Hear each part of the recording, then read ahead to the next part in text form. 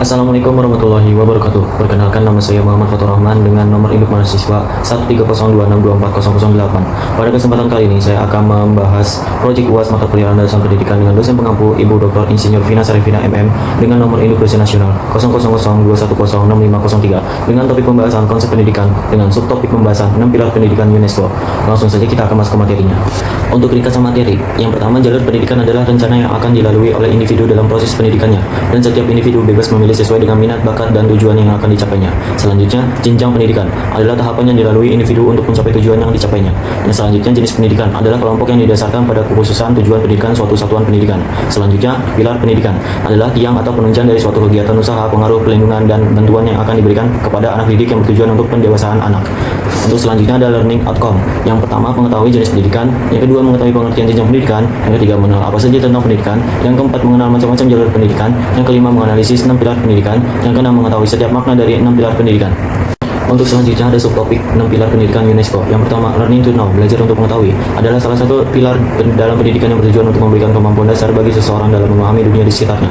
Pilar ini mencakup proses belajar untuk memperoleh pengetahuan dan keterampilan dasar yang dibutuhkan agar seseorang dapat menjalani kehidupan sehari-hari dengan baik. Selain itu, learning to know juga melibatkan pengembangan kemampuan berpikir kritis dan analitis untuk memahami makna tersirat di balik suatu informasi, sehingga pengetahuan tersebut dapat digunakan secara bijaksana dalam berbagai situasi. Dalam konteks pembelajaran, learning to know dapat diartikan sebagai upaya memahami ilmu pengetahuan dasar seperti matematika, sains, bahasa, dan keterampilan literasi.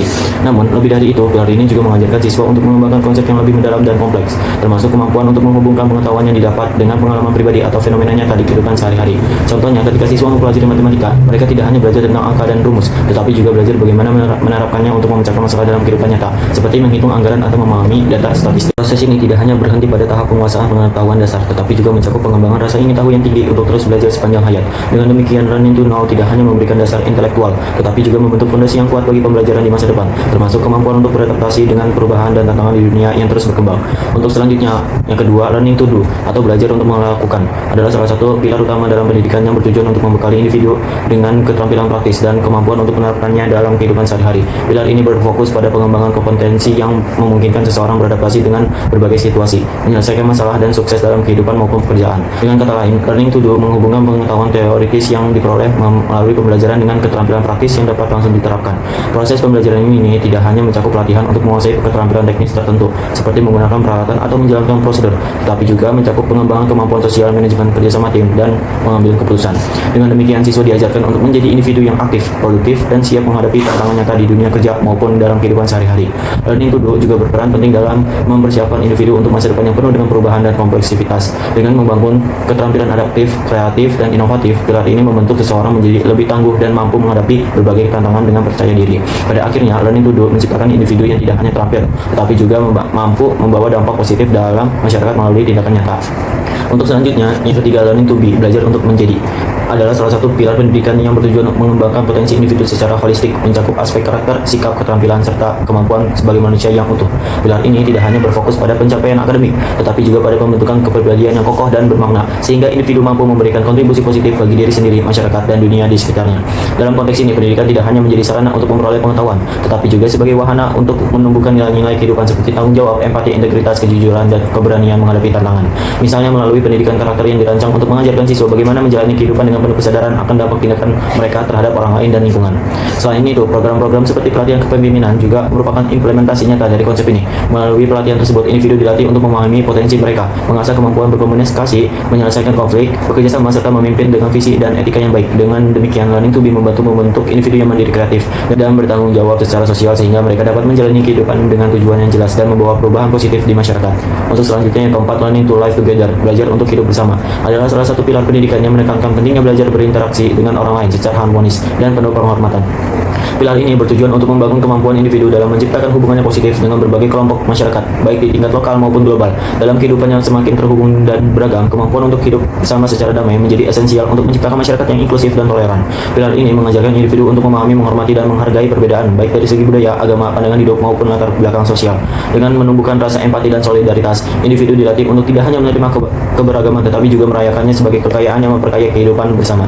Contohnya, penerapan konsep ini dapat dilihat dalam program-program pendidikan yang dirancang untuk meningkatkan keterampilan komunikasi dan kerjasama. Misalnya, pelatihan keterampilan komunikasi membantu individu memahami cara penyampaian gagasan secara efektif, sekaligus mendengarkan sudut pandang orang lain dengan penuh rasa hormat. Selain itu, program-program toleransi di lingkungan sekolah atau komunitas juga dapat diterapkan untuk mendorong siswa atau anggota masyarakat belajar menyelesaikan konflik secara damai dan membangun hubungan yang inklusif. Melalui learning to live together, individu tidak hanya diajarkan untuk hidup berdampingan secara damai, tetapi juga untuk menjadi agen perubahan dalam mempromosikan harmoni sosial. Kemampuan ini sangat penting dalam menghadapi tantangan dunia modern seperti popularitas sosial, diskriminasi, dan konflik. Dengan menerapkan prinsip-prinsip ini, masyarakat dapat mewujudkan kehidupan yang lebih damai, adil, dan seimbang. Untuk selanjutnya, yang kelima, learning to how to learn.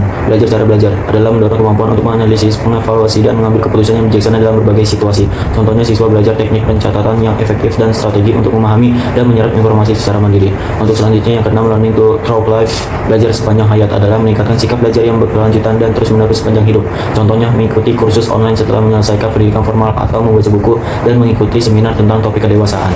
Selanjutnya, studi kasus dengan judul Cara Berpikir untuk Jadi Pintar, tips melatih berpikir kritis. Beginilah cuplikan dari video tersebut. Nah, jadi otak kita itu selalu kerja dan berpikir. Tapi seringkali mereka itu berpikir secara otomatis. Bukan karena kita pengen, bukan karena kita mau, tapi ya emang otomatis aja mikir. Alasannya simpel, kenapa? Karena kalau kita ngebiasain diri buat selalu mikir, ya bakal capek. Makanya ketika kita misalnya naik motor, naik mobil gitu ya, atau mungkin ngelangkah, kita mikir dulu, oke sekarang kanan, terus kiri. Apa nggak capek gitu kan? Ya capek jelas. Baik, di sini ada latar belakang yang dimana manusia cenderung mendahulukan emosi daripada logika karena pola pikir otomatis mengurangi kelelahan mental, membantu menjalani efektivitas sehari-hari tanpa analisis mendalam. Namun, pola ini kurang efektif saat menghadapi keputusan kompleks di era modern. Berpikir kritis menjadi penting untuk menyaring informasi yang cepat dan sering tidak akurat. Berpikir kritis membantu menganalisis, mengevaluasi, dan membuat keputusan yang rasional, penting dalam pendidikan, karir, dan hubungan sosial. Ketergantungan pada pola pikir otomatis dapat menyebabkan kesalahan dalam pengambilan keputusan, seperti mempercayai informasi palsu tanpa verifikasi. Berpikir kritis mendorong seseorang untuk mencari fakta, mempertimbangkan berbagai sudut pandang, dan membuat penilaian berdasarkan data valid. Pembiasaan berpikir kritis membantu mengembangkan keterampilan untuk menghadapi tantangan hidup yang semakin kompleks. Selanjutnya, input masalah. Masalah yang pertama yaitu bagaimana cara mengatasi kebiasaan berpikir otomatis sering menyebabkan kesalahan dalam pengambilan keputusan. Untuk masalah kedua yaitu apa langkah-langkah yang dapat mencegah banyaknya penggunaan media sosial percaya informasi tanpa mempertanyakan validitasnya. Untuk masalah ketiga yaitu apa solusi terbaik untuk mengatasi pendidikan kurang mendukung kemampuan berpikir kritis sejak dini. Untuk selanjutnya yaitu proses penyelesaian masalah. Penjelasan materi satu yaitu untuk mengatasi kebiasaan berpikir otomatis mulailah dengan menyadari pola tersebut dan berhenti sejenak sebelum mengambil keputusan. Refleksikan asumsi, cari bukti pendukung dan bertentangan, serta analisis konsekuensi dari pilihan yang ada. Libatkan perspektif orang lain untuk mengurangi bias dan buat alternatif solusi sebelum memutuskan. Setelahnya, evaluasi hasil keputusan untuk perbaikan. Latihan mindfulness juga membantu mengelola pikiran agar lebih fokus dan rasional.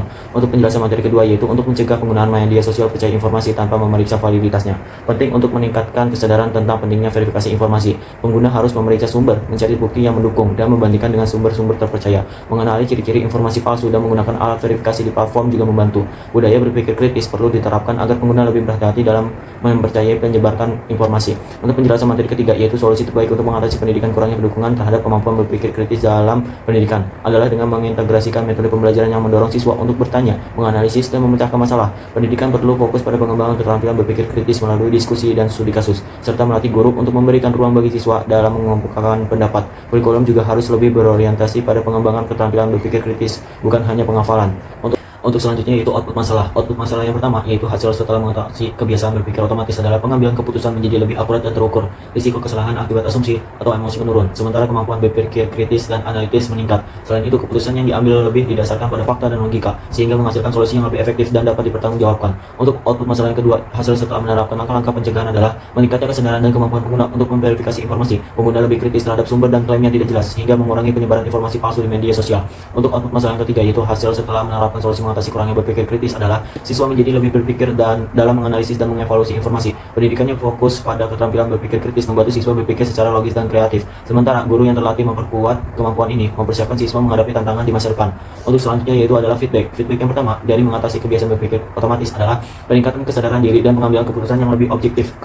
Keputusan menjadi lebih akurat karena didasarkan pada analisis yang lebih mendalam dan informasi yang lebih lengkap. Selain itu, masukan dari orang lain membantu memperbaiki proses pengambilan keputusan di masa depan. Untuk penjelasan materi yang kedua yaitu dari langkah-langkah pencegahan adalah penggunaan menjadi lebih kritis dan berhati-hati dalam menerima informasi di media sosial. Mereka mulai memeriksa sumber dan memverifikasi klaim sebelum mempercayainya, yang mengurangi penyebaran informasi palsu. Selain itu, ada peningkatan dalam diskusi dan kesadaran kolektif untuk mengevaluasi informasi dengan teliti. Penjelasan materi ketiga dari mengatasi kurangnya berpikir kritis ini adalah peningkatan kemampuan berpikir kritis siswa yang lebih terlatih sejak dini. Dengan adanya metode pembelajaran yang mendorong analisis dan diskusi, siswa lebih efektif dalam mempertanyakan dan mengevaluasi informasi. Selain itu, pendekatan ini juga menciptakan lingkungan belajar yang lebih interaktif, di mana siswa merasa didorong untuk berpikir lebih dalam dan kreatif. Untuk kesimpulannya, dapat disimpulkan bahwa pendidikan yang berbasis berpikir kritis sangat relevan untuk mendukung perkembangan pilar-pilar pendidikan yang lebih luas, seperti pengembangan kemandirian, kreativitas, dan kemampuan analitis. Pilar-pilar ini penting dalam mempersiapkan individu menghadapi tantangan kompleks di masa depan, seperti dalam keputusan yang memerlukan verifikasi informasi atau dalam pengelolaan proses pendidikan yang lebih efektif. Baik, untuk selanjutnya yaitu daftar pustaka, yang dimana saya mengambil beberapa jurnal serta mengutip beberapa kalimat yang tersedia. Itulah pemaparan materi yang dapat saya jelaskan. Kurang lebihnya mohon maaf. Wassalamualaikum warahmatullahi wabarakatuh.